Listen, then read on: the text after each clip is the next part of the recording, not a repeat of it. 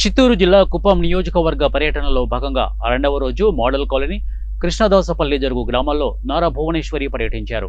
ఈ కార్యక్రమంలో ప్రభుత్వ whip MLC Kancharla Srikanth, APSRTC vice chairman Muniratnam పాల్గొన్నారు.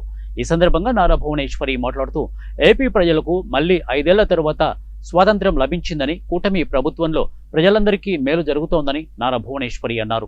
చంద్రబాబు పాలన సామర్థ్యం గురించి రాష్ట్ర ప్రజలకు తాను ప్రత్యేకంగా చెప్పాల్సిన అవసరం లేదన్నారు. పారిశ్రామికవేత్తలు ఏపీలో పెద్ద ఎత్తున పెట్టుబడులు పెట్టేందుకు ముందుకొస్తున్నారంటే అందుకు చంద్రబాబుపై ఉన్న నమ్మకమే అన్నారు. నారా భువనేశ్వరి గ్రామాల్లో జరుగుతున్న అభివృద్ధి పనుల గురించి గ్రామ ప్రజలను అడిగి తెలుసుకున్నారు. ఈ కార్యక్రమానికి మహిళలు పెద్ద సంఖ్యలో పాల్గొన్నారు.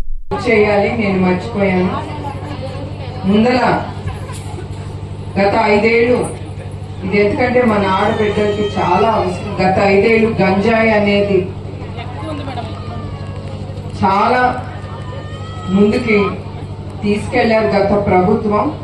ఇప్పుడు చంద్రబాబు నాయుడు గారు చాలా కష్టపడుతున్నారు ఆ గంజాయి అనేది ఆపడానికి. ఇప్పుడే ఈవిడ అన్నారు ఇంకా కూడా ఉందని, ఉన్నా కూడా ఉండము.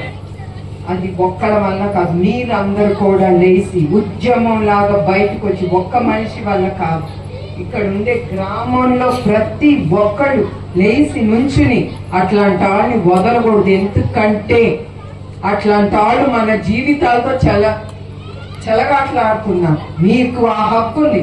10 మంది ఆడాలి, మీరు లేచి నుంచుని ఒక ఉతుకుతుకన్నాడు.